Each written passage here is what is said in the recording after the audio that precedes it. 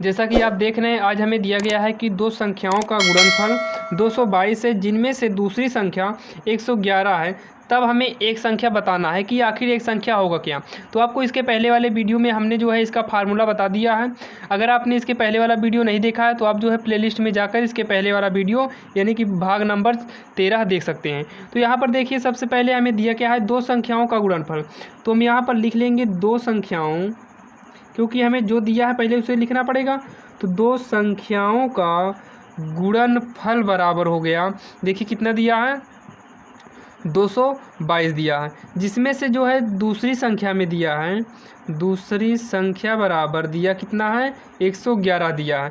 तो हमसे पूछा है एक संख्या बताइए, तब एक संख्या बराबर हो जाएगा, एक संख्या बराबर क्वेश्चन मार्क, क्योंकि हमसे पूछा है।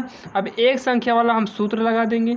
तो इसका सूत्र होता है एक संख्या बराबर दो संख्याओं का गुणनफल, दो संख्याओं का गुणनफल बटे में एक संख्या है तो यहाँ पर हो जाएगा दूसरी संख्या। अगर यहाँ दूसरी होता तो यहाँ पर एक संख्या, तो वहाँ पर क्या है, एक संख्या है तो यहाँ पर दूसरी संख्या, यानी कि एक संख्या बराबर दो संख्याओं का गुणनफल बटे दूसरी संख्या।